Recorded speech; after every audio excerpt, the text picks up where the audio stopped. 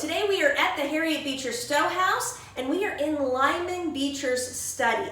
So Harriet herself grew up in New England, and so you have to wonder, how did this white woman who grew up in New England, how was she able to write the most famous anti-slavery novel of the century, of all time, really?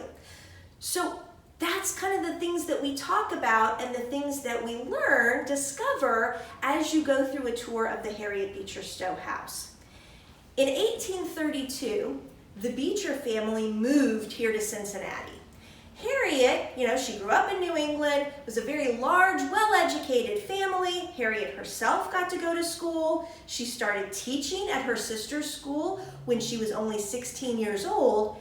And so Harriet comes from a very large, well-educated, very socially minded family. Her dad is a famous Presbyterian minister, and he moves the family to Cincinnati in 1832. Now, why do people move across country like that? Colin, what do you think?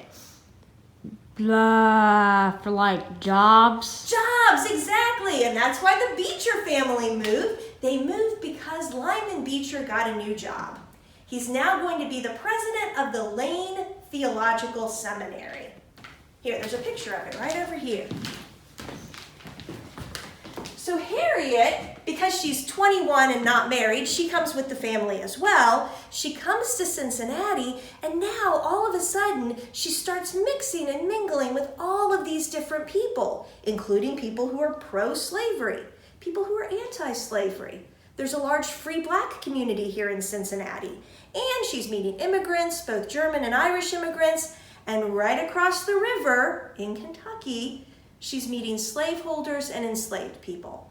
And because of Harriet's personality and things that she likes to do, she starts listening to all of these different stories.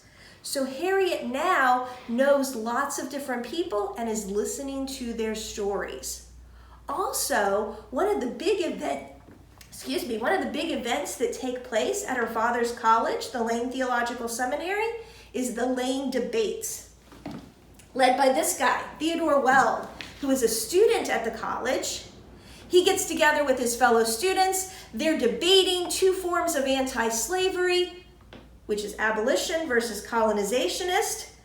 And at the end of 18 days of debating, the students decide they're all going to be abolitionists. Well, that's great for them, but the business people of the town, that people who are kind of tied into the pork industry, because Cincinnati is called Porkopolis, the trustees of the college, don't like all of this debating, and therefore the students get in trouble.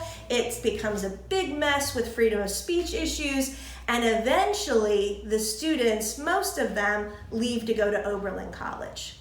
But here in Cincinnati, listening to those debates, being kind of embroiled in the ideas of abolition, Harriet herself becomes more abolitionist.